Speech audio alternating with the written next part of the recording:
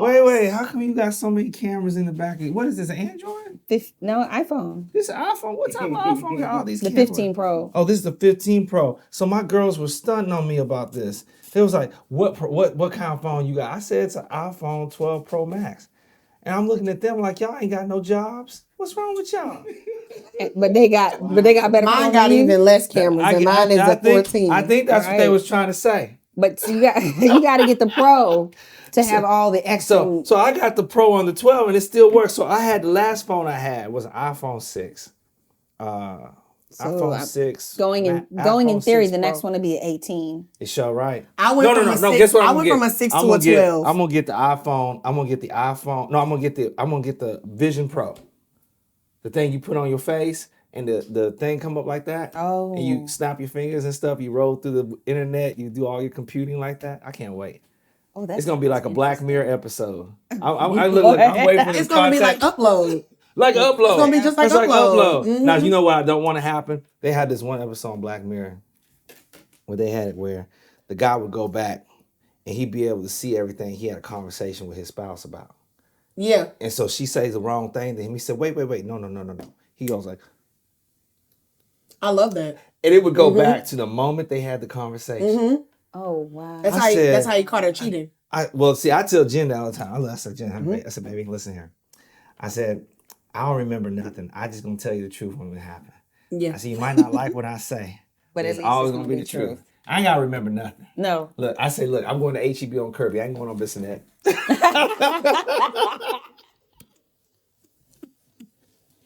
Not on Bissonnette. I'm going on Kirby. They've shut it down though since the movie came out. That Bissonnette movie? What? Oh, the Bissonnette. Yeah, no, I didn't watch it. Shut it straight down. Wait. You're not. It was very much so a Scooby movie. You're not talking about the. You're not talking about. It was. You're not talking about the Bissonnette. Jen and I turned on Bissonnette one day, and we was looking at, and there was everywhere. Yeah, it's like Bissonnette. Yeah, that's what Bissonnette no. is Now that used to be Richmond. That used to be Richmond. No, and baby. that also used to be over by HBU. No, baby. Bissonnette. They made a whole movie on Scooby we about saw that ratchet movie. And guess what? Once they made that movie, they shut it down. It's not a stroll anymore. Really? It's not? Nope. They shut it down. That's fine. They just now it's constantly modern. You know they done went somewhere else. Found a new spot. Look. What is that? I'm just seeing. Okay, they got any good lunch specials? Do they serve buffets? Because you know a strip club like to serve a good buffet. I know. Hey, you get some good eating at the strip club. Why they got pictures inside of it though? You get some good eating at the strip. What would we do? That's what I keep hearing, but I just won't do it. Dreams. I used to go there just for the hot wings. Dreams? Yeah. Really? Mm-hmm. Dreams. I'm not from the area, so Where are you from though? Originally from Maryland. Maryland. Oh, Maryland. Yeah. Oh, my baby girl up there in Maryland. Okay, Maryland. What part of Maryland? Like Laurel. way. Are we talking about south? Like or western. Western? Okay. Suburbs? Suburb. Suburbs. Okay. Suburbs. Little winter. Little winter? Little winter. Okay. Y'all get that's winter. What y'all call down here is little winter. We shut down. Look at the ice on the cars. Not even on the street. On the cars. Not too much on those. Oh my gosh. You know. Come on. Hey. It's really not. It's not. There's no proper preparation for this type of weather here. Okay? They don't know how to drive with ice on the roads. It's not something that Nobody knows how to drive with ice on the roads. There's barely ice on the roads. But there are classes that you can go to teach you how to drive in different types of inclement weather. We don't have that here. It's just hot. Y'all just need driving classes. I don't know who taking classes. I don't know. Nobody here. I did when I went to New York. What? That was one of the first things they did. Was you drove put me in an New York? inclement Why weather would class. you drive in New York? I lived in New York. I had no choice. I'm not gonna drive in New York. Never once have I driven in New York. We can do that. What's that? What's it called? Never have I ever. Never have I ever. Okay, let's go. You gonna be first. You gonna be first. There we go. No. I've been on this planet a lot of years, so my never have I ever might be a long. Yeah, might not be that long of a list. Wait. So you start. Wait. We're gonna start in Laurel. No, Laurel. There's nothing there. We're gonna start in Laurel. It's very suburban. Okay, we're gonna start in Laurel. Laurel. Now there was a guy. He's with SCOTUS. He his impression of being up in the on the East Coast made him feel the way he feel about liberal folk. So he had to marry a white woman. Yes, Now, there's only one SCOTUS that married a white woman that I would be talking about like this. And that would be, you know who? Clarence Thomas.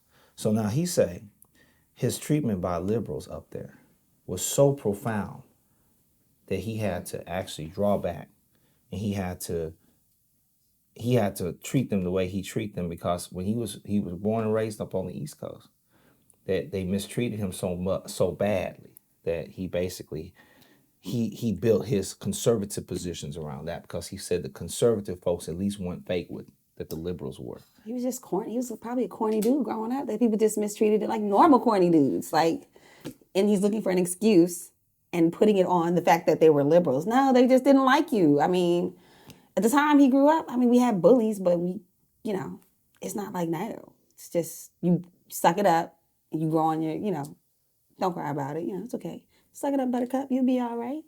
Now that's a stark difference. Laurel, Maryland from, we're gonna say Lafayette, Louisiana. Louisiana. Is it stark? What's up in Lafayette? What's happening in Lafayette? A whole bunch of nothing. A whole bunch of nothing. Like Laurel. She said like Laurel. Well, I say Laurel because, you know, I'm that kid, you'll find me in every school picture. You'll know. Because you know that you there. Because you know that I'm there. That's right. You'll know that I'm there. Right. And the questions of... Was you saying you was you like get a your hair spot on like Dalmatian? You was like spot on... Wait, when was the first time somebody walked up to you trying to touch your head? Oh, always. First time.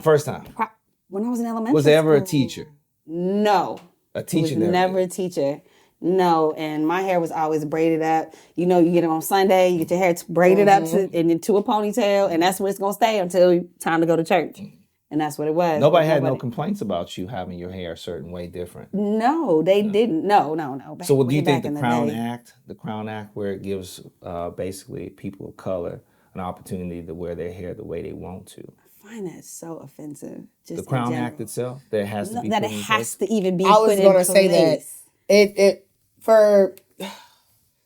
first of all, this conversation started years ago when the lock phase came along, and them telling us that it was unprofessional, or it was what was the word that my platoon sergeant used?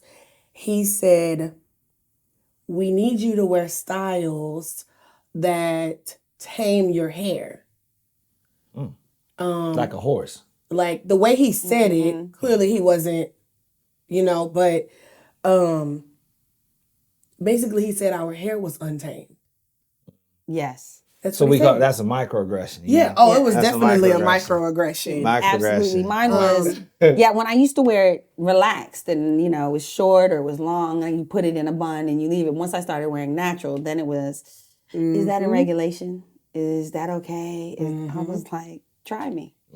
Meanwhile, they have highlights. That are not natural.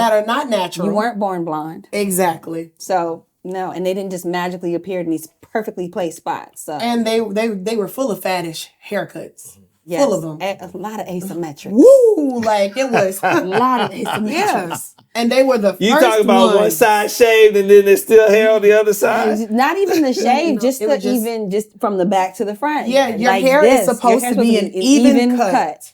Like stacked layers and highlights and a nice little bang, and you wear it in uniform. That was not allowed. Nope. However, they accepted that. That was more professional than what we had. Going out of my scalp. I said, oh, okay, it's a problem for you because my hair is growing out of my scalp curly, whereas it's not kinky curly. Is not acceptable. Yeah, I had many a good argument on that.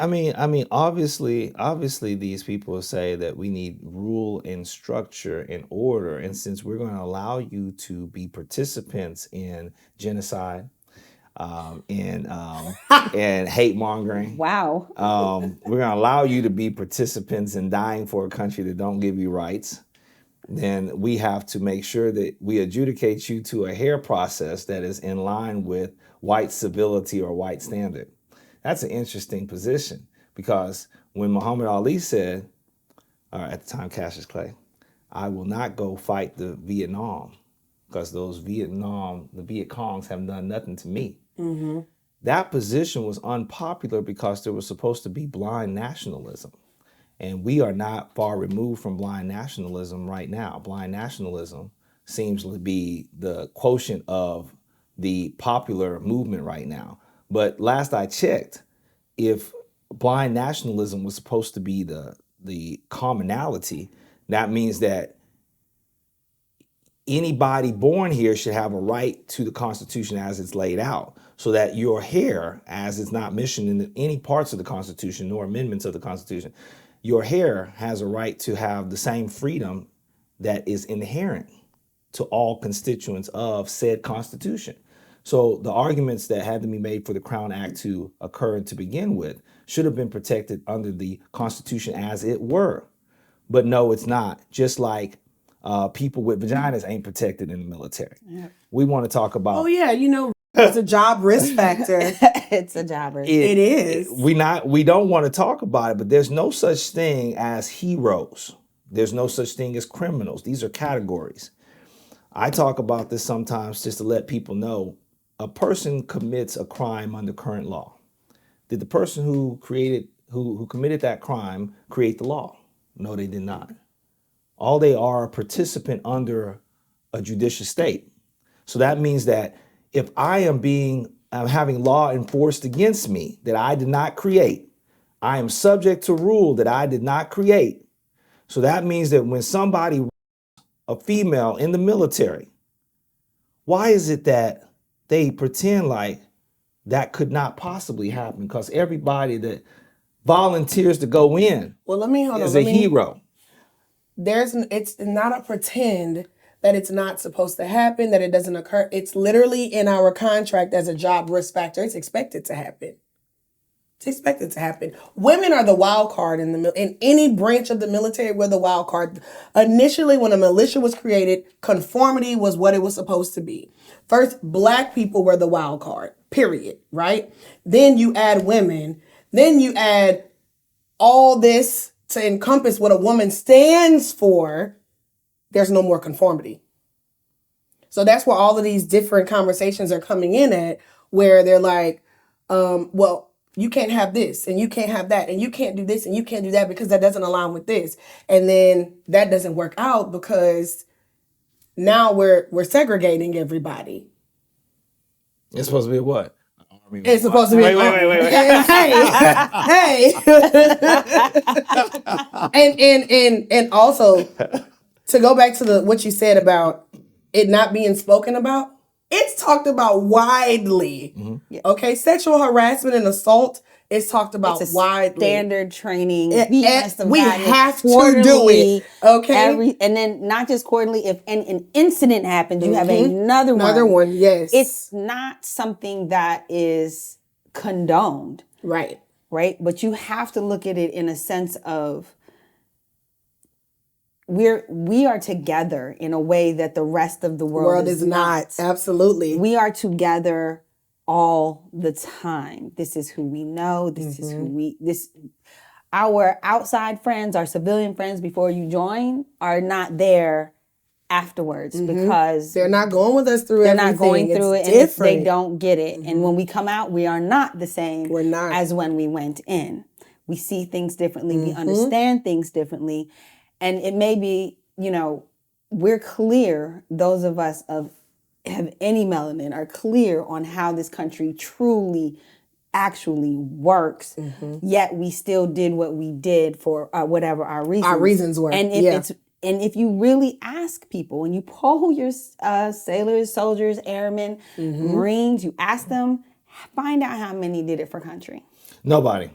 In fact, I'm going to go so far to say that you find that. I'm going to make a generality so bold right now. If your socioeconomic status as a person of color, if your parents had their per capita income was above, I'm going to be generous, let's say $200,000. It used to be Overland Park, Kansas had the highest per capita income, meant that the people that lived in Overland Park had income so substantial that they were greater than every other place in the United States. That may not be true in 2024, especially since we had this type of pandemic happen where people were able to distribute funds that louder. as they needed to. So, but that being said, I'm gonna go back to what you said. If you look at the people who are recruited and heavily recruited to go in, many people who are of higher socioeconomic status will not allow their children to be entertained by military personnel when they come to visit as recruiters, be it Air Force, Coast Guard, Space Force now, thanks to unless they've had someone who served Yes, prior to that. Because to them, they're living up to a standard. It's a legacy. It is a, yes. And I think that's fallacious. I think that is a social programming at its best. What they really want to do is, I'm going to say this name, and boy, I know a lot of people ain't going to like this, but the Kennedys. Ain't no damn way. The Kennedys, with all their money from prohibition, stealing people's real estate, that's how they got their money. Rockefeller and them stealing people's money. Those people go in because they have political aspirations. When you hear about people that say they were in the Marines, you look at them and you say, really? You're a Marine. You soft as a marshmallow. You a Marine?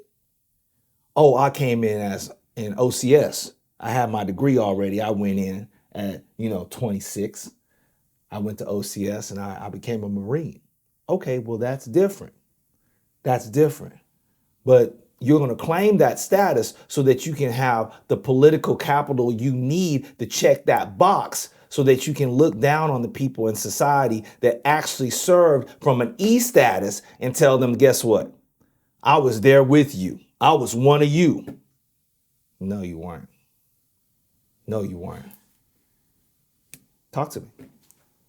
Talk to me. That is a way to look at it. That is one way there. But there are those in the E status who come in because my grandfather was a master sergeant. My grandmother was a master chief. I'm coming in. They may do their 4 and leave. That may be what they do, but there are those that do come in otherwise. And for our socioeconomic factors, for those of us who are brought in, let's be clear, every branch at a certain point, even they have the ASVAB, right? So there are certain ones that are going to be lower and certain ones that are going to be higher at different points in time. Right now, everybody's scrambling because it's a different type of world now. We're competing with like YouTube. You can make money. Why would I even go to college? I can do it on. I can open boxes and have other kids pay me millions of dollars through views. But every status is different. And the thing about it is, for all its faults, whatever the military may have, and there may be, it gave a lot of people who didn't have an opportunity. A way out. Do something that different. Was me. A way right? out. When you speak about socioeconomics, I came from nothing. I came from nothing. I was a teen mom twice. I wasn't going to do it a third time. My son was 3 weeks old, and I walked right into the recruiting station, and I said, whatever we got to do, let's do it. Because I refuse to be another statistic. I've already hit a few. I didn't need the constant disappointment from myself. It wasn't about anybody else. Because at that point, I was like, you started out as a teenager with honor roll grades in every society club you could think of because you had a goal. And then, boom, now you got a wrench thrown in here. And now you have to be a mom before anything. So what are you going to do with it? Because you're broke. The only education you have is high school education. What are you going to do with it? You work at Burger King. You're fighting with people who you already feel like, for lack of a better term, are beneath you. Why? You're so much better than this. So for me, it was the best option. And with everything that I went through, because I'm not going to sit here and tell you that there were some complications and some consequences that came along with making that decision. However, it was still the best decision I made for me and my children. See? The best decision. On the opposite now my kids side, are going to go to school for free. They are not going to have the same thoughts or complications that I had because I made that one decision based off my socioeconomical status. On the other side, I'm a private school kid, went to college, and I was just like, I don't know what I'm going to do. Mother said rent is the same. I don't care where you work. My brother went off. He was also a private school kid. He went off to the Navy at 18. he's still in. He's going on 30 years. Yeah, he's getting the big Yeah. Right. He crossed from the E to the O. So the money is different, right? I was a college kid, just like, whoo, I have the world at my feet. And I was like, I don't know what I'm going to do. Brother went in. 3 months later, I went in. And we both went through together. And I stayed 21 and a half years. And it gave me the opportunity to decide today, like, do I want to go to work or don't I want to go to work? Like, I was able to retire in my 40s because I started later. So for all the flaws that it had, what I did love about it, I earned a position within the 1%ers that make this decision, maybe 2% these days, that make the decision to go in the military. I went to a smaller branch, I went to the Navy, and in that I worked up my way to a 7% of what the Navy can do, which gave me the opportunity to help my people behind me say, look, there's better decisions. You ain't got to spend all your money because you know what's the first thing they do is buy a charger, right? Soon as they go in, they get that charger. They can't have predatory lending through payday loans. You know, right outside the base is always there. Like, hey, we're going to sell you this car. You don't need cash. You don't need no money. We're going to give you a 65% interest rate. And they're out there taking them off the lot like crazy, right? Although we tell them, we say, hey, there's the list. Don't go to these places. They still go. But it gave me an opportunity to help more people and realize that what I wanted to do in life was help people. No matter how I finished it, I wanted to help my people. It may sound selfish, but it's what I wanted to do. I don't think there's anything. No, it sounds purposeful is what it sounds. I mean, I think that direction coupled with understanding the system. Yes. There's something about being in a system and not fully being aware of the system you're in. And once you gain awareness, while I don't subscribe to a lot of things, I have a great knowledge of a lot of things. And so if I look at the historical nature of the Christian religion, there is this notion that there were two characters named Adam and Eve that were told not to eat from the tree of eat the fruit of the tree of knowledge of good and evil. Why don't you eat from that? That was the question I always had as a child. Why don't you eat from that? The question is more powerful than the answer. But the answer, if I were to answer, would be that if you were to know all things, both good and evil, you might not actually make the moves that people want you to make.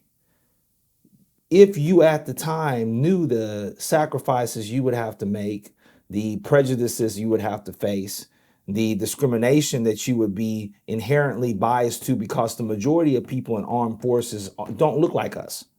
This is a fact. Because America has a media problem. While we talk about socioeconomic factors, the people who are poor in America actually don't look like us. The majority of the poor people in America are white people. And if I say white make me look at this thing like this right here. I never seen nobody look like that. People that lack melanin. But they don't want us to talk in scientific terms, because if we talk in the scientific terms, then we have people that have this skin color right here or that skin color right there. And that skin color just means that you have greater melanin, which protects you from the sun. But when they looked at this melanin, instead of them looking at it as a superpower, they said it was a disease. But actually, when we do the scientific research, this is the disease, not this. The darker you are, the more protection you have. The darker you are, the more protection you have. Scientifically. Yes. Scientifically. But socially, the darker you are, the less protection you have. Socially, they convince people that what was recessive was dominant. So intellect is being used now as what is recessive. Intellect. Yes. Intellect is considered to be recessive. And tomfoolery, ignorance, is considered to be dominant. And so the nature of this has never been put forward more than the defense secretary being called out for having prostate cancer and not reporting to his superiors. Now, I will tell you, I do understand that he should have made a report to his superior that he was going to be out of commission for a while. Yeah. But to the American people, he owed nothing. But because he was wrapped in darker or in more melanin, his assignment needs to be blowed up as to what was his formal responsibility. I understand there's the military code of conduct. I understand that the defense secretary had a responsibility as to his rank and file of who he should have reported to. But part of me was taken aback because the last time I checked, there was something called HIPAA. However, you're a civilian. Yes. In the military and we are our own world. We follow our own rules and regulations. And while that might not make sense to everybody on the outside, his duty was not to the American people. I agree. His duty was going to first and foremost always be to his country. His assignment was his assignment. Period. That's the only way that's ever going to be looked at. Again, let's go back to, and I'm putting it into perspective, when you talk about rape. On the civilian side, this is a big deal. Everything needs to stop. We need to take care of this. We need to solve this. It's not that big of a deal with us. Honestly, it should be more of a bigger deal, but it's not that big of a deal. There are people who are going, and I'm saying this from experience, not from classes that I took every quarter. I had a superior officer tell me, you seem fine. No need in ruining a man's 20-year career. Are you okay? You seem fine. I said, you know what? I guess I am. And I walked away and I never went back. I got orders to go to West Point while I was home, not going to meet to that unit. All because I was like, I know my rights. I'm educated. Despite what you think, I'm educated. I'm going to blow your whole spot up, which is frowned upon. Like you said, you have to be aware of the environment that you're in and what applies to you. Well, they didn't think that I was. Well, I got orders to go to West Point. All of a sudden, people dream about going to West Point where in the unit that I was in. And how you get that? How did you swing that? I don't know. I was at home not doing what I was told. All because I was told, you're okay. Let's not ruin his career. So things don't apply the same way to us that you guys may view it on the outside. And guess what? Nobody that's under that rule cares to explain. It doesn't matter. It doesn't matter. Unfortunately, I've heard that a lot. I can't say that I heard that in the Navy a lot. And I think we also have to look at branches very differently. Yeah. Everybody's like, oh, the armed forces. There are certain branches that treat their women a little different than other branches because they were very incorporated. In like the Air Force and the Navy, it's very incorporated. We are very incorporated and we do get the same trainings. They are different. What I've heard, the Marine Corps and the Army, the Marine Corps, not so much, the Army's the worst, but the Marine Corps is difficult for that. I think every branch has its own. Now, nobody knows what Space Force is doing because I can't even acknowledge it just yet. But as far as the other two, I just can't even say it. Like, where's your base? I don't understand. Is it on the moon? Because I'm just like, I don't understand. And why are your uniforms looking like Star Trek? So I'm just sorry for all those who I might be, for the 7,000 of you that are in there, and I might be offending.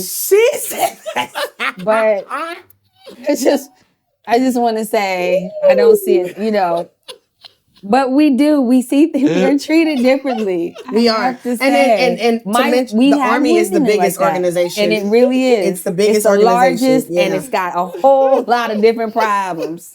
The oldest, the largest, it's got a whole lot of problems. Yes. In the Navy, we do things a little different. There's some bad things, some good things, but I have never been anywhere where the itself, has not been just drilled down to the ground. So we find in any of the commands I have ever, in my 21 years, if you see something, say something, we unfortunately we were on the other side of it sometimes where they were just making stuff up now. And you're like, come on, that's not going to help the ladies that are actually going through it, and you have to correct that. But because we're so we were so paranoid of it being potentially true. We're going to jump on it and be like, oh my gosh, let's fix it right now. Yes. You see? And now, then you find out the disappointment is when you find out it wasn't true. You know, that Me Too movement type situation sometimes, and you find out it wasn't exactly as you said it was, because I don't condone anything. I'm very like pro female. Like we can do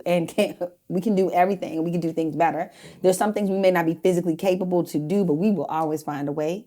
So the thing is, but I also know that we do in the military situation. And I don't know about the civilian world because I haven't been there very long, and it's crazy to me. It's a whole different thing. It is crazy to me out there. But if you put yourself in some positions, you know, my immediate talk when they come in and check in, and I say, hey, see this area's over here? Don't go there. This part of the command, don't hang out with, you know. It's a nice young lady. You coming in, I'm going to tell you the truth. Not your area. This is but I've heard about it. Don't go there. 6 months later, I'm like, I told you, right? And you want to, but children are kind of, younger people are kind of dumb. You said children. You said it right. And they are. I mean, they come in at 18. And then I went in a little bit older because I remember I already had kids, and I already had kids. You know what I'm saying? I went in a little bit older. So I didn't even tell people I had kids when I went through basic training. They found out at graduation. And they were like, wait a minute, you're a mom of 2? I am, you know, but I wanted to add in the fact that my superior woman, the one who told me that, she was a woman, but she wasn't. You know what? But it is the sad part is it doesn't matter. When you work for women, sometimes they turn on you because they just have to fit, and you're like, come on now, sis, come on. She was more accepted. Don't get me wrong now. She was somebody I probably took it even harder because she was somebody that I looked up to. Because to me, it wasn't about this or this. It was about the fact that you're a woman, and you're a superior above all of these men who despise seeing you in that position, who feel like they deserve it over you. She went through some things. She went through some of the similar things I went through just as a woman. They forget. So for her to stop me as casually as she did, to make that statement, I still feel something from that. And I've dealt with it. You feel what I'm saying? Though. Because I would never. And the fact that she did it, and she was the only female superior in our direct chain of command, how could you? That's how I felt. Betrayed. So betrayed. That's how I felt. And so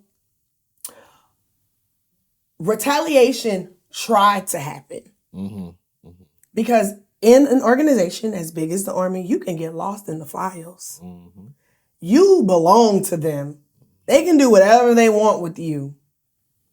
Retaliation tried to happen. I had to go outside of my own command, which is that usually never happens. Do you understand what I'm saying? That usually never happens. You have to be a different kind of strong to understand that you might go to this next chain of command and they might treat you the same way. Now you got double the problem. But I ran into some great people. I went to another command that had more females. And I was heard. And then I was shipped off. And guess what? That gave me a different outlook on what I was doing. At that moment, I made the decision that once my contract is over, I was not going to renew it. I knew that.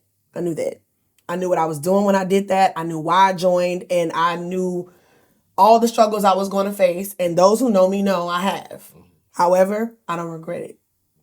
But when I got to West Point, before I reported to work, I reported to everybody I needed to report to. But before I reported to work, I went to what we call IG. IG is for everybody. It's not just for any one particular chain of command. IG is for everybody. And when I launched this investigation, they investigated everybody from the unit that I belonged to and came from to the one I was currently in. Because in order for these orders to happen the way that they did, somebody was talking to somebody. And my most prideful moment came when they forced 4 people in command to step down and early retire because they were condoning sexual harassment, sexual assault, and participating in it. There was like a whole ring of men. And that was all I needed. That was all I needed. When I left West Point, I was at the very end. I left West Point in January. I was at the very end of my contract. My contract ended in February. I left West Point at the end of January. I came home, took leave for the rest of the time I was supposed to be in the Army, and I skated right on out, knowing that when I left on that. And I didn't look back. Having said all of that, if one of my children decided they wanted to join any branch of the armed forces, now I'm equipped with the right tools to ask the right questions. Mm-hmm. And my first question is why? Because I have set them up in a way where they don't have to. So it was still the best decision that I ever made for our life. And I don't regret anything within it because it made me the person who I am. One thing about joining the military, any branch, you're going to go in, like she said, you're going to go in one way. And when they are done with you, you're going to come out completely different. That's not a bad thing. Just from basic training, A school, you're going to be a different person. I felt the change to where when I would come home on leave, these people are crazy. These people are so unruly and undisciplined. There, you get so much structure that it's hard to function without it. Which brings me to my anxiety because now I don't know how to get back to that.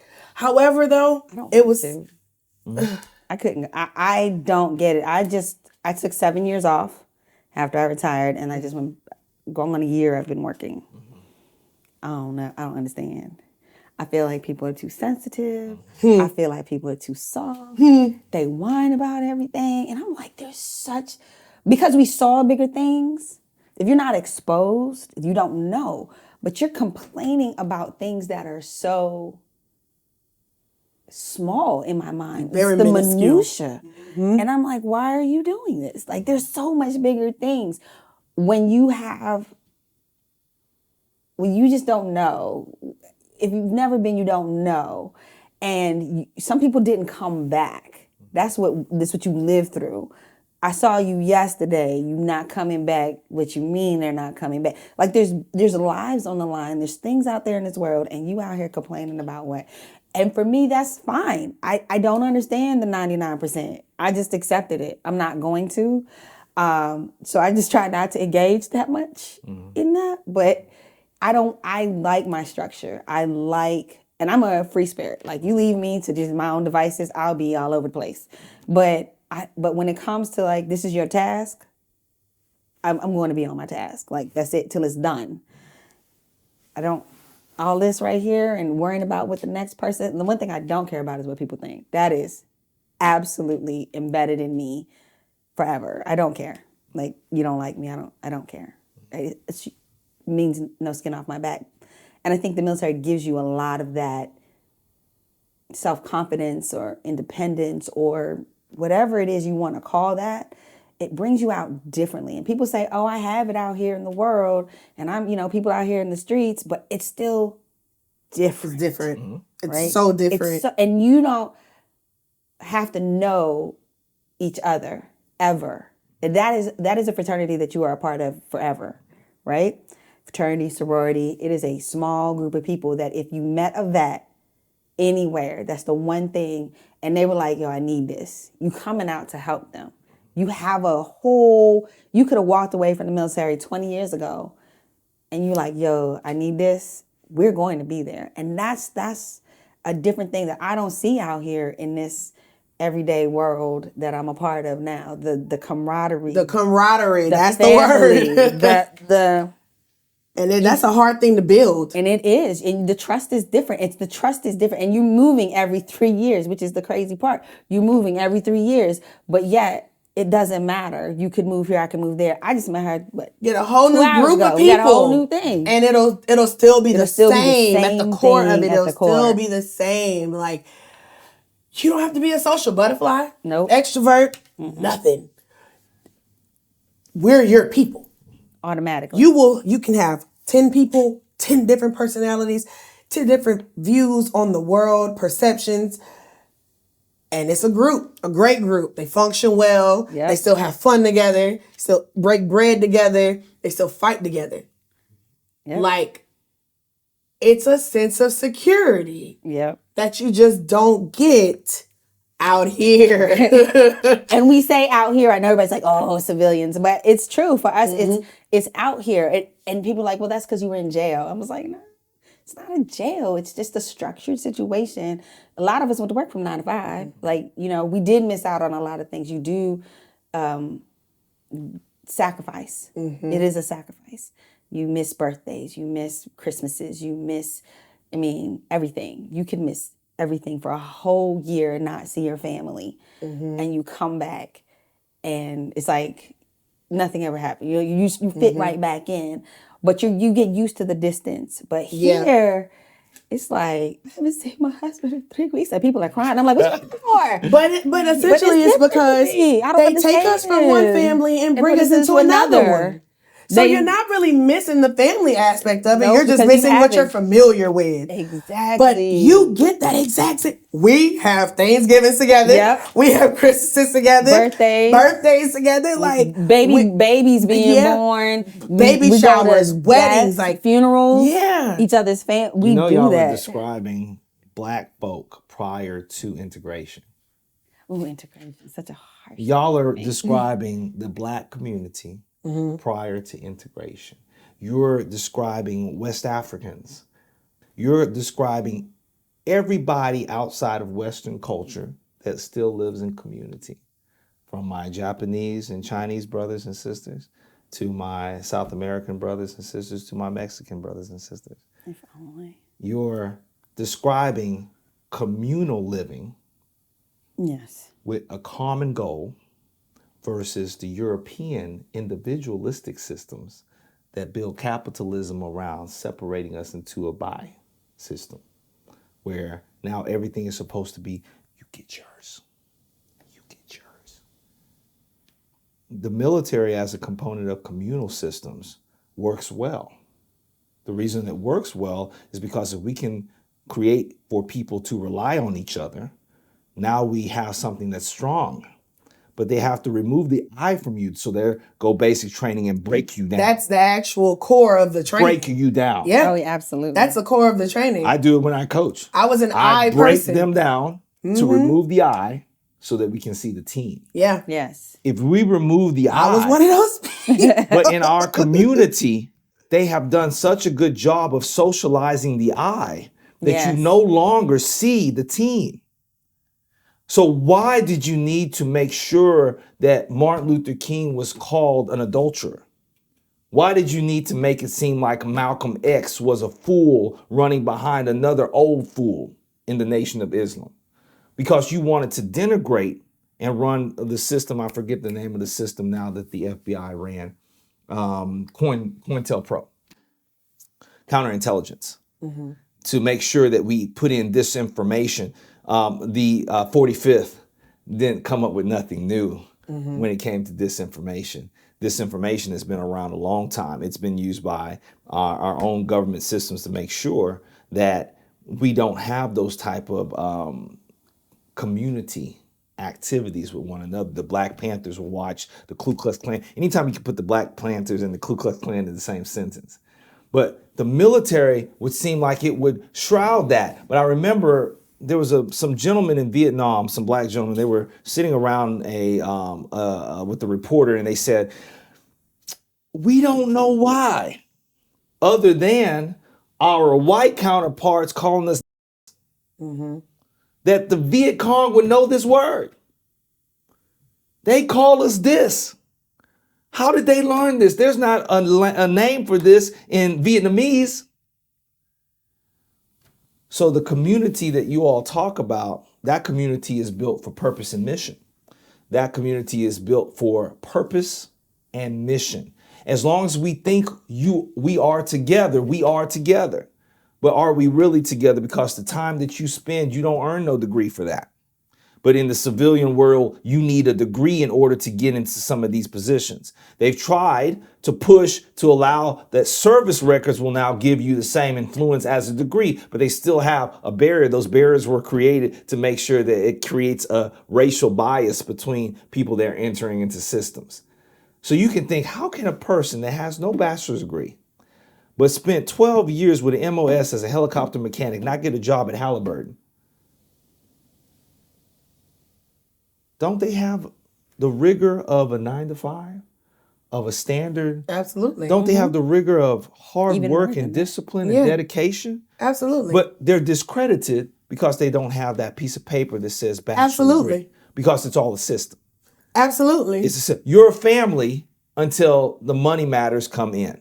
So our people decided we're going to understand the system well enough so that we can get credit for the same disabilities that our white counterparts were getting. Let me stop for a second. Let that sink in for people out there that don't know what I'm talking about.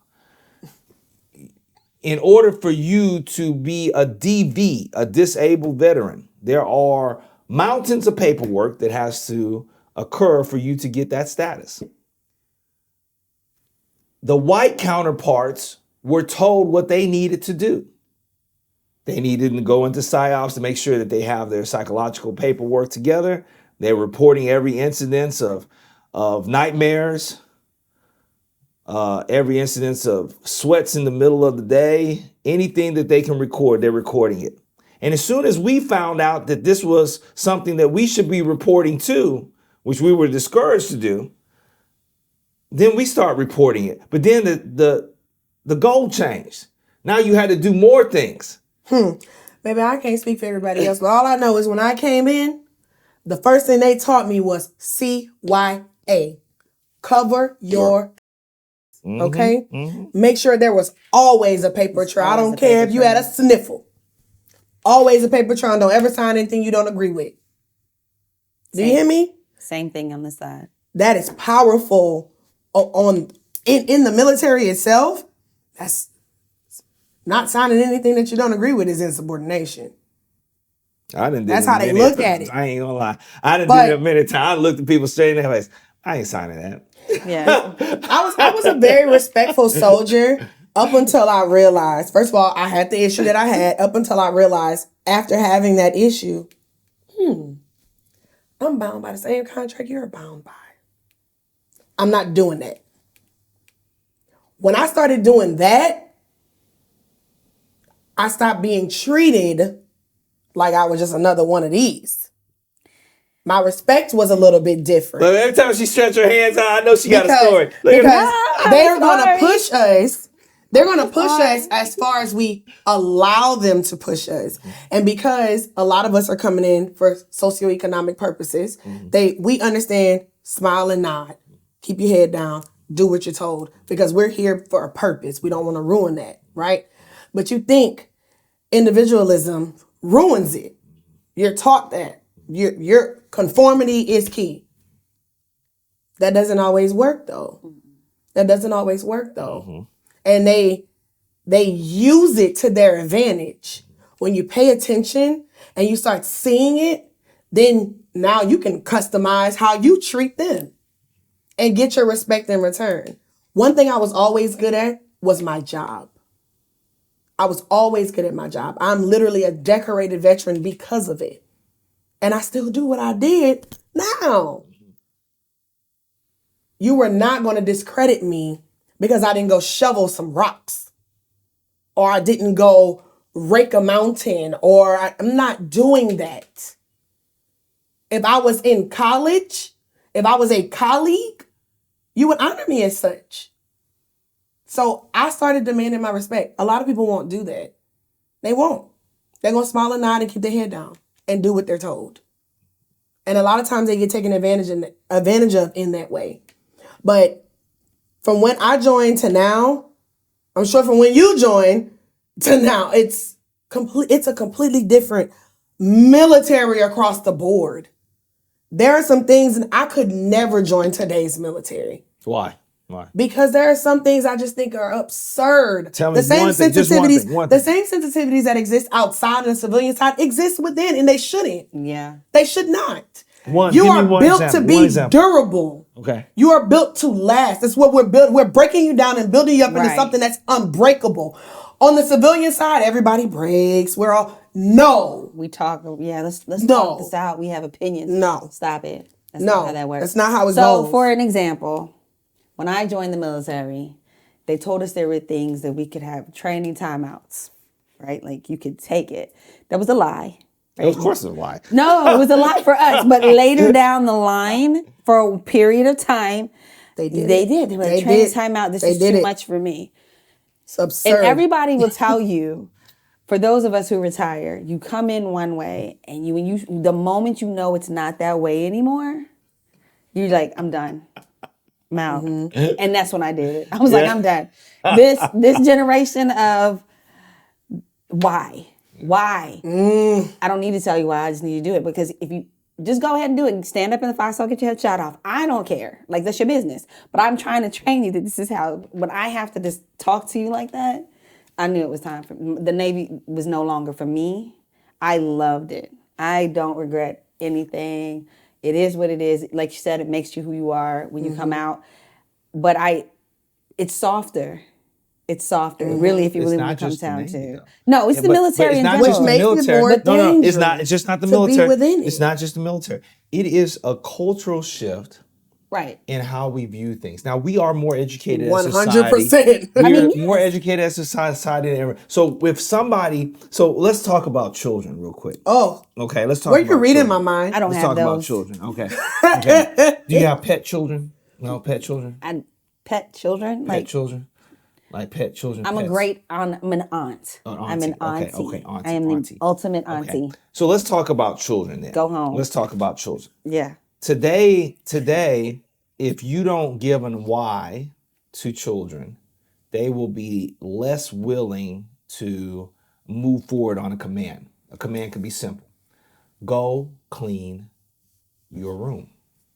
That's a difference, though. That's a command. The asking why is the difference. Go we never clean asked your room. why. I We did it. I also think it's upbringing. But there's a difference. There's a societal shift away from a Judeo-Christian standard in the West, which basically said that your parents are respected based on a biblical or a religious standard. Today, children have parents that are not associated with that standard. And so now it is a more logical and rational approach to interaction with parenting. Now, I know that might boil blood for some people, but I want you to examine some of the atrocities that we've had in society by people who were Judeo-Christian parents that said that they were doing things the right way. We still had, what are those twins' names that killed their parents? Menendez. The Menendez brothers. Oh, yeah. Okay? Good I parents. remember them. Lots of money. Well-to-do in society. But let's not stop there. Let's talk about every single person that's come along that's committed an atrocious crime, an atrocious act, not crime, because crime is legislative, an atrocious act against other parts of humanity. They also had a solidified upbringing. Most of the family members that we look back over the past 70 years, somebody within their family has been in the military. Being in the military is not enough. Being a religious person is not enough. What we're looking at is the psychological structure of the society that we live in. When we look at the Columbine shootings, when we look at other mass shootings that happen at schools today, it's not because these children are loved that they're running out shooting people up. So what if your child says, why? Why do I have to clean up after myself? I'm going to give them their why. If Steve Jobs could give the why that we have all of our iPhones sitting out right now, he said the reason why these iPhones, you should pay so much for them is because they give you the experience that you've never had, the usability you've never had. So if a child asks me why, I'm going to tell them why. And they have autonomy to choose. I want y'all to think about this for just a moment. I know this might be contradictory. When you have a partner, I don't care if it's male, female, male, female, that partner says to you, I want you to do something. And you say, why? And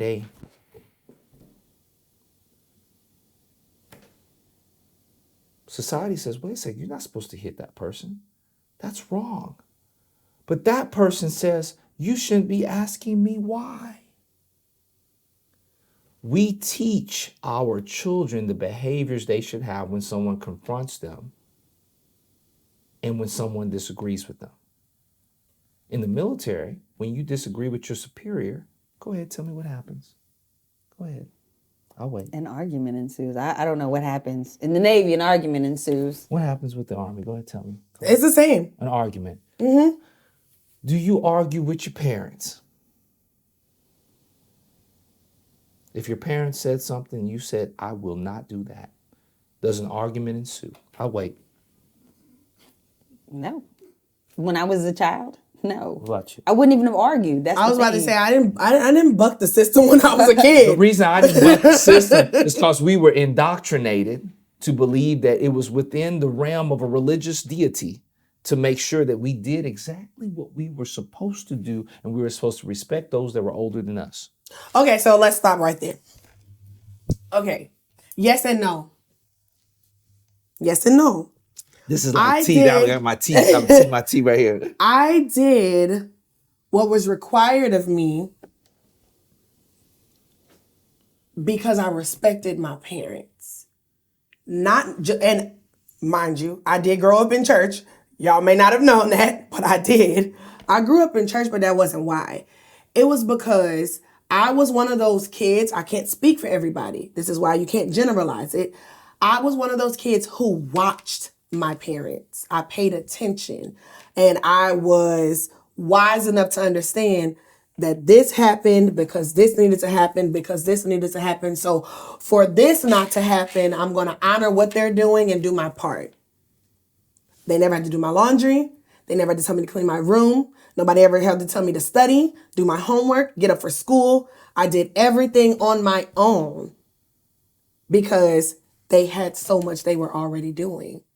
You So respected it was their out of work. I respected their work. You respect their work. I respected their position in our household. I knew very early on, well, I can't do that on my own. So my parents are here. They're taking care of this. And for them to not have to come home after they've done all of this to come and do this, I'll do it. I bucked the system. See, You bucked the system. I never did. What's that mean? What's that she's mean, like though? my kids. Like, What's that mean, though? like, Tell me about your parents. my parents are foreigners. I'm a first generation Okay. American. But tell me So, about your parents. My Tell me about parents are, how would you describe them today, 2024? describe them as I see them right now. Yes. In your eyes, with all the experience that you've had, all the love you've given, all the sacrifices you made, what are your parents right now? I see them more as human right You now. see them as human. Because What is it to be I human? see that you can make mistakes. Come on it's now. understandable. That's what comes with Come it. on You now. make mistakes. Yes. You know, I chose not to have children, but I can look back and say, you know what? You did what you knew best with what you had, right? And I can respect that. That's what you I see them come with to. a different type of respect, which is, you know, I am not, you know, I'm more like one parent than another. And it's Which still one? Which one? My dad. Your dad. What was your dad in concept? What was your dad in concept? Meaning, If you, when I say concept, it's a description that other people would relate to. oh, my dad is a free spirit. Free spirit too. My dad He's is a free too. spirit. Okay. It's all about. You is said this gonna you be were a fun? free spirit earlier. Yeah, and this is gonna make me happy. I don't know about what's gonna happen tomorrow, but today, this is great. Okay. My mom is like, let's think it through. What's gonna go here? She's a planner. She is a planner and analyzer and everything. And as I've gotten older, I have, become understanding of that. I know it needs to be done. That mixes with my structure from the military. So it tamed my freeness just a little bit, but not too much. But it tamed a lot of those things. It balanced it out for me. So Did two parents did. really affect your outcome? Did two? Yes, absolutely. Both my parents affected. They were not together, but they affected the same. We still, there was sharing of the children. I did see my dad.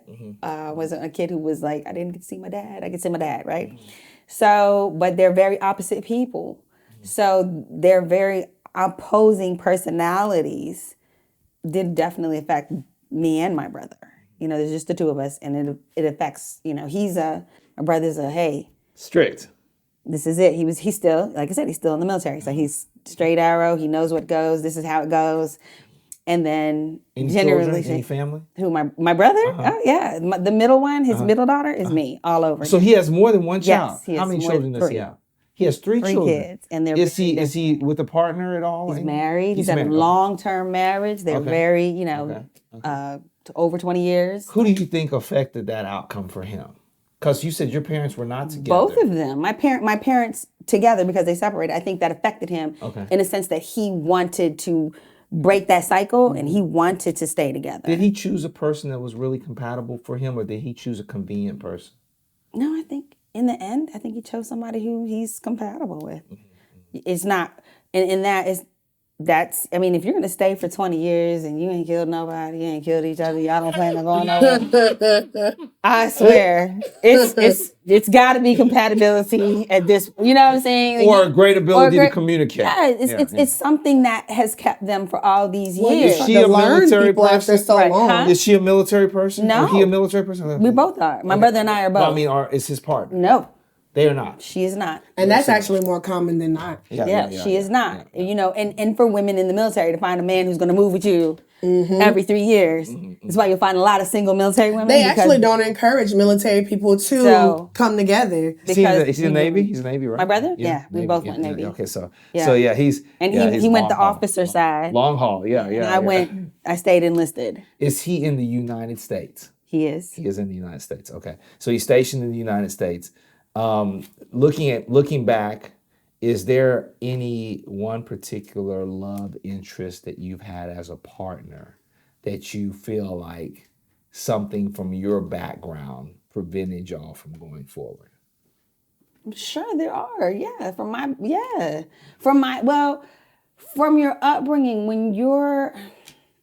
Now, I didn't say upbringing. I said background. From my background. Absolutely. So, because background is expansive. Background I'm not putting is it on expanded. parents now. No, I'm putting it on, It's my background. Yeah, of course. There's plenty of love interest that could be like, because because I'm single now, and I haven't been single my whole life. But Y'all heard it now. Look.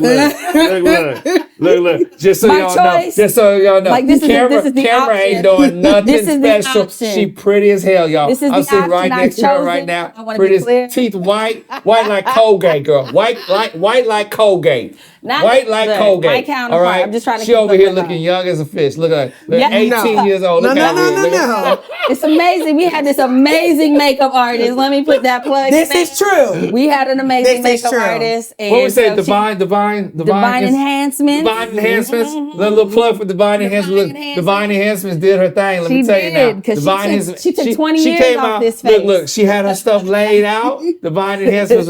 If y'all look Divine Enhancements up, I don't know if Divine Enhancements have the IG handle, IG. TikTok or something. IG. Y'all look at Divine. If y'all need somebody done in the Houston metro area, go to Divine Enhancements, because Divine Enhancements will hook you up. Make you look like, look, me right here. You see this right here? That's Divine Enhancements. All right? Now, I'll just let you know. It's Divine Enhancements. All right? Go ahead.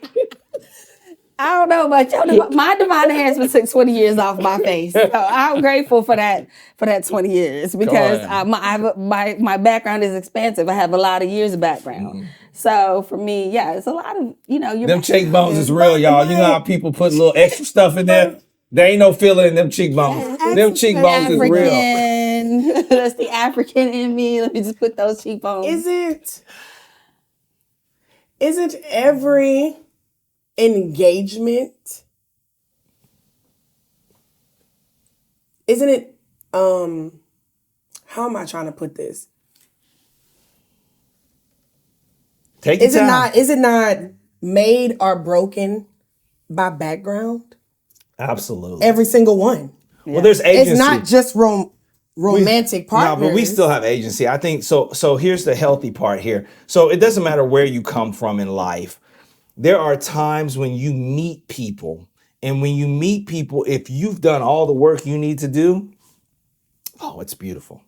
It's beautiful if they've done all the work they need to do and you've done all the work you need to do. But many people have relationships because either they haven't done all the work they need to do, or they've met another person who hasn't done all the work they need to do. I see this all the time. So ultimately, if you've done all the work you need to do, you're gonna see it right coming to you. You see somebody coming to you, be like, ooh, that's nice and sexy right there. Ooh, that look good. Ooh. I don't know if they said like that. Wait. It might be in their mind. It'd be like, Oh, that okay. look good right there. But the look on the outside is a temporary thing. What you really want to do is get to that inside of that person. So if you can tame your mind to take down the sexiness of the outside and say, let me find out who that person is on the inside, we really working with something. But it's when we get caught up on the sexiness on the outside, because y'all be doing some funny stuff. Y'all be like, ooh, them eyebrows. Don't do this, y'all. Don't do this, y'all. Hold on a second now. Them eyebrows, them eyebrows be so sexy. I was born with these. I don't know what he's talking about. What you be looking for? Come on, tell me. What you looking like? No, listen. Let me. Because I want to jump back to you and we'll get your answer right. I'm just saying. I'm going to tell you. The first thing I see on a person is their shoes and their teeth. Shoes. Oh. Shoes. It's the way you maintain your What about the shoes? The way you maintain your shoes tells a lot about a person. Tell me about the shoes. I'm telling you, if your shoes are just busted and dirty. I think that's like...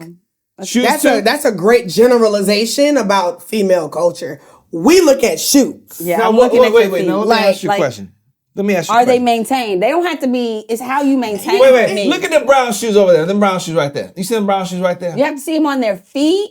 You can't just Because it's you start at the shoes. It's not the final decision. You start at the shoes. I and done then seen people look at my feet before. See, y'all go from head to toe. No. We go from toe to top. I'm all in the middle, right? I'm all in the middle, right? I'm a lot of the middle person, okay? I'm a lot of everything all mixed together. We're not going to talk about everything I am. I'm a lot of mixed all together. But if you looked at my shoes, them shoes right there, I was in Nashville, Tennessee. Got them shoes at Walmart. Are they well maintained shoes? They clean. I don't wear them inside my house. See, it's not about the shoe itself. Yeah. It's the maintenance. It's the maintenance. Now I do got some tuxedo shoes. They polish real nice. The detail. Yeah. Attention to detail. Attention to detail. That's the first thing you learn. Now let me ask you a question. Now you over at somebody's house. You go in their bathroom. Oh, a person's bathroom will tell you bathroom a lot about them. wait. We finna go down the line. Tell me what you learned from. Wait, I'm gonna start with her right here. What? Tell me what you learned from the bathroom. You walk into the bathroom. You over at somebody's house. So Now, I want to know the first thing you look at when you What's the go first into a thing bathroom. you look at in the bathroom? The sink. The sink. Now, what you notice about the sink? Whether, how detailed you go in? I'm looking at is there here's the thing. This is a person I'm dating. No. Or I just came to your house to visit. This is just somebody you interested in. That's somebody I'm potentially dating. So, Yeah. Because first of all, most of us have a guest bathroom that is immaculate. Oh. So when you walk into the house, the guest bathroom is immaculate. It smells good. It looks good. Got that little fragrance. What they call on. potpourri? Is that potpourri? We don't use potpourri anymore. But you along the same line. Yes, along the same line. Smell good. Smell good. Okay. But the first thing you look at is the sink. If I'm looking, so when I walk into a bathroom, before I even make it, I just need to look at the sink. And now, if it's a personal space, did you brush your teeth? Yeah. And you got the toothpaste splatters. Yeah. Did you clean them off? And Wait, did you clean the mirror off? The mirror off. Okay. Yeah. Because when I'm looking at the sink, using the mirror. What if they don't normally clean the mirror, but they knew you was coming over? But I wouldn't know that they don't normally clean the mirror. Okay. Because if you took the time to clean the mirror before I came over, okay. Do you take a peek That's inside why you the don't shower? look at the sink. Let me tell take you a what peek you look inside. at. Wait, I want to know, does she peek inside the shower? No, I can't say I've ever peeked inside. You the never shower. looked inside the What? shower? No. I haven't either. If there's a shower curtain, no, I'm not just gonna go behind. Yeah, the I mean, shower if it's curtain. open, Do you you look kind at of the glance. medicine But if cabinet? it's glass, Do you look in the medicine cabinet? I am not nosy. No, like I've that. never I done do You not never do looked in the that. medicine cabinet? Never done that. You never looked to see if No. there was anything that ended in IN? No.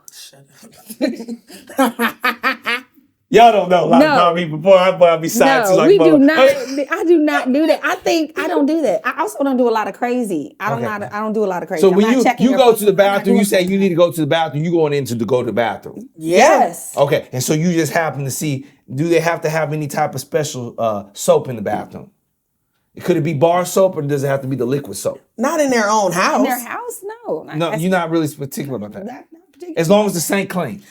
I feel no, like, so you said I feel that's like the he's first selling you to the thing. viewers. The first thing. Keep I asking feel her like- questions. I feel like that. I feel like he's selling her to I the think you make viewers. it- What else I'm is just there? letting you know I'm not crazy. But I mean, what would you not look at first? The first thing to walk in the bathroom is usually the sink. So that's not what I look at here's first. my What do thing. you do? What you look at? Hear me out. I want to hear it all. I'm going to rationalize it once I say it. Okay. What you got? I look at the bottom of the toilet. That's Girl, good. that bottom you of know that why? toilet. Woo! That's detail. That bottom of the Let me toilet tell tell you everybody. why. That detail. There are right a lot there. of people who are good under pressure. So when they're expecting company, Yeah. they're going to clean everything that they automatically Automatically know think. you're going to Good look point. Yeah. So you saying there are a at. But lot of that fronters. bottom of the toilet, You talking about Yeah. the part you got to get that scrub brush out and just Yeah, the bottom of the toilet. put a little Ajax in there, a little bleach? Not the inside, the outside bottom, bottom. that bottom Oh, wait, that what collects you all talking that about? stuff. What you talking about? The rim? The base. very bottom that's very on, bottom. attached Well, to I mean, the floor. if you got a toilet brush, you should be down in No, there. no. The outside underside. of the toilet. You know y'all miss a lot, right? No. Hold on a second. Hold on a second. Y'all know y'all Okay, miss. think about the structure Think of about a the- toilet. Hold on. I got under. you. I'm working with y'all now. Okay. First and foremost, if y'all inspecting, I just want y'all men to know out there, if y'all men out there, if y'all ain't clean the bottom of that goddamn toilet, y'all might Clean need it to go today. ahead and look at that. Right. This is That's a little advice for y'all. This is a little advice from Professor right here. Go ahead, clean the bottom of that goddamn toilet. Now, here's how you do it. I'm gonna give you a little one-on-one lesson. For some of y'all special. Y'all special. Y'all ain't seen y'all mama clean, y'all grandmama clean, y'all daddy clean. Y'all ain't seen nobody clean. Your sister clean, nobody clean. Get some Clorox wipes. You can go to Walmart, get a great value brand. It's cheap, like under $4. Take a couple of them wipes, put them in your hand. And you take them and you wipe underneath the bottom of the base. Okay, make sure it's all clean and nice. If you ain't mop your area in your toilet, that means if you don't have no ceramic tile in there, you got some of that cheap, that wood lac. Still, get down there on your knees, Clorox wipe. Make sure you ain't got no urine stains or nothing like that. If you happen to do that, this is your one time I'm telling you something to help you out. Make sure you clean that. Because obviously, women care about that. And if your don't have no good aim, and you it all over your toilet, you need to do something to help yourself. Now, I try to keep it together for you. I tried to make it as serious as I could.